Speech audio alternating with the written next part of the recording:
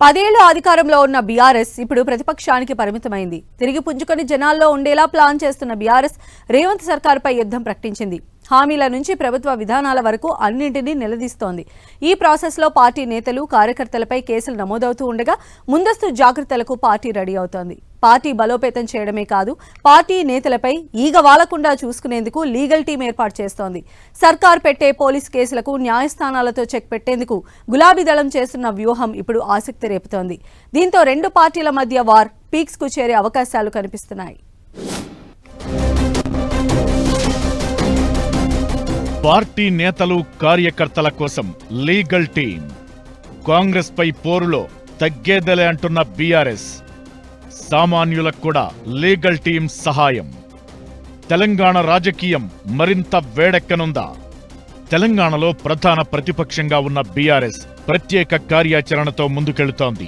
Assembly ఎన్నికల్లో పరాజయం, ఆ తరువాత లోక్సభ ఎన్నికల్లో ఒక్క ఎంపీ స్థానం కూడా గెలవకపోవడంతో పార్టీ శ్రేణులు నిరాశలో కూరుకుపోయాయి. ముఖ్య నేతల నుంచి కార్యకర్తల వరకు ఇప్పుడిప్పుడే కాస్త తేరుకుంటున్నారు. ఇప్పట్నుంచి వరుస కార్యక్రమాలతో ముందుకెళితేనే వచ్చే ఎన్నికల నాటికి పుంజుకుంటామని బీఆర్ఎస్ అధినేత కేసీఆర్ భావిస్తున్నారట.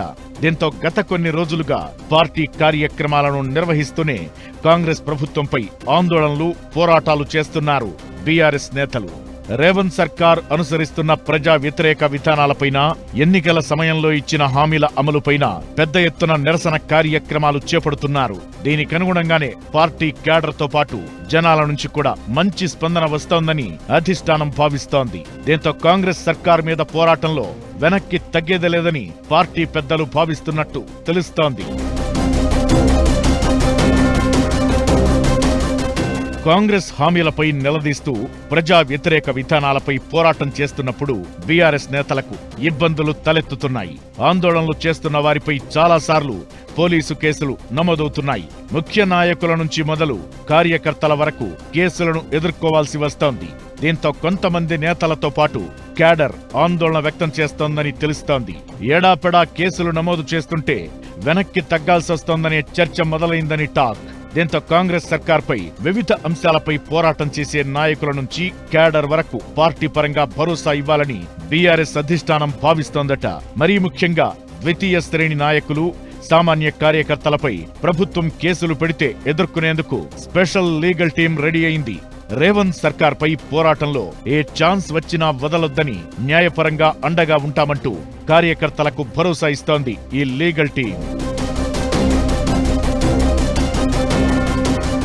తెలంగాణ భవన్ నుంచి కొత్త లీగల్ వింగ్ ఆపరేట్ అయ్యేలా పార్టీ హైకమాండ్ ప్లాన్ చేస్తోంది. ఇప్పటికే తెలంగాణ భవన్ నుండి ప్రత్యేక లీగల్ టీం ప్రతిరోజు కేసులను మానిటర్ చేస్తూ సామాన్యులకు, కార్యకర్తలకు న్యాయ సాయం అందిస్తోంది. బీఆర్ఎస్ తరపున మాట్లాడేవారు, సోషల్ మీడియాలో పోస్టులు చేసేవారిపై పోలీసులు తప్పుడు కేసులు పెడుతున్నారని, అలాంటి వాటిని ఎదుర్కోవడానికి లీగల్ టీం ఉపయోగపడుతుందని చెబుతున్నారు.